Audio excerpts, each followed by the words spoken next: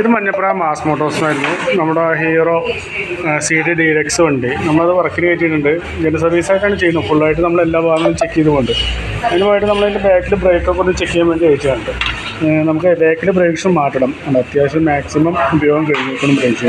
അപ്പോൾ നമുക്ക് ബാക്കിലെ ബ്രേക്ക് ഷൂ മാറ്റണം. അതുപോലെ ചെയിനൊക്കെ ഒന്ന് ചെക്ക് ചെയ്യാൻ വേണ്ടി അയച്ചാണ്.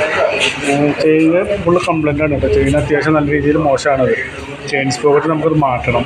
അതുപോലെ ചെയിൻ സ്പോക്കറ്റ് മാറ്റം കൊടുത്താൽ അതിൻ്റെ സ്പോക്കറിൻ്റെ ബെയറിങ്ങാണ് അത്യാവശ്യം നല്ല രീതിയിൽ ഷേക്ക് കാണിക്കുന്നുണ്ട്. അപ്പോൾ നമുക്ക് അതിൻ്റെ സ്പോക്കറിൻ്റെ ബെയറിങ്ങും മാറ്റണം. അതുപോലെ ഈ വീൽ ആമ്പർ അത് ഫുള്ളായിട്ട് പൊട്ടിക്കിടക്കുകയാണ്. അപ്പോൾ അത് ഫുള്ളായിട്ട് വീൽ ആമ്പർ നമുക്ക് മാറ്റണം. അത് നമുക്ക് ബാക്കിൽ തന്നെ അത്യാവശ്യം വർക്ക് ഉണ്ട് കേട്ടോ. ബാക്കിൽ brake shoe, chain sprocket, sprocket bearing, അതുപോലെ വീൽ ആമ്പർ അത് നമുക്ക് മാറ്റണം.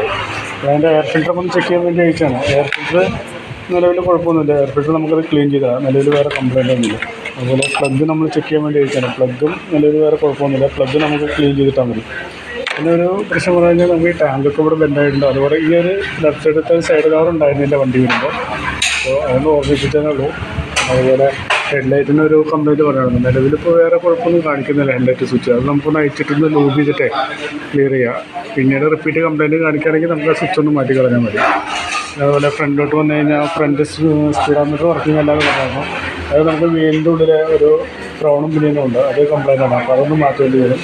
പിന്നെ ഫ്രണ്ടിലെ 4 പോയിൻ്റ് ലീക്ക് പറഞ്ഞു കഴിഞ്ഞാൽ നമുക്ക് ഇതിൻ്റെ ഓൾസീൽ മാത്രം മാറ്റിയിട്ട് കാര്യമില്ല. ഈ 2 പൈപ്പും വേണം. ഈ പൈപ്പിൻ്റെ വേണ്ട അത്യാവശ്യം നല്ല രീതിയിൽ തേയ്മാനം വന്നിട്ടുണ്ട്. ഇതിലിപ്പോൾ നമ്മൾ പുതിയ ഓൾസീൽ അടിച്ചു കഴിഞ്ഞാൽ ലിക്വിഡ് ലീക്ക് കാണിക്കാൻ സാധ്യത കൂടുതലാണ്. അപ്പോൾ അടിച്ചു കഴിഞ്ഞാൽ നമുക്ക് 2 പൈപ്പ് മാറ്റിയിട്ട് കയറ്റുന്നതായിരിക്കും നല്ലത്. പിന്നെ എഞ്ചിൻ ഓയിലിനെ കുറിച്ച് കണ്ടുണ്ട്. നമ്മൾ എഞ്ചിൻ ഓയിൽ ചെക്ക് ചെയ്ത് നോക്കിയൊന്നും നിലവിൽ വലിയ കുഴപ്പമൊന്നും കാണിക്കുന്നില്ല. അത് അല്പം ലെവൽ കുറവുണ്ട്. അതൊന്ന് ടോപ്പ് ചെയ്ത് കൊടുക്കാം. പിന്നെ ഈ ബ്രേക്കിൻ്റെ ഈ ലിവറൊന്ന് ബെൻഡായി കിടക്കുന്നുണ്ട്. അപ്പോൾ അതുകൂടി ഒന്ന് മാറ്റിയിട്ടൊന്ന് ക്ലിയർ ചെയ്യാം.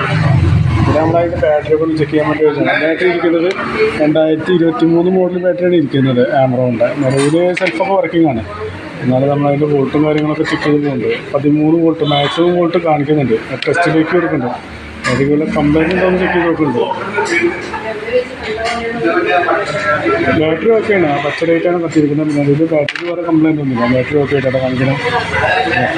അപ്പോൾ നിലവിൽ വരുന്ന ഈ വർക്കിൻ്റെ എല്ലാം കൂടി നോക്കിയിട്ടുള്ള എസ്റ്റിമേറ്റ് കൂടി പറയാം. അതിൻ്റെ ചെയിൻ സ്പോക്കറ്റ്, ബാക്കിലെ brake shoe, wheel amber, sprocket bearing, അതുപോലെ ഫ്രണ്ടിൽ 4 പോയിൻ്റ് സീൽ, 2 പൈപ്പ് അടക്കമുള്ള ഒരു എസ്റ്റിമേറ്റ് പറയാം. നോക്കിയിട്ടൊന്ന് റിപ്ലൈ ചെയ്താൽ മതി. ഓക്കെ.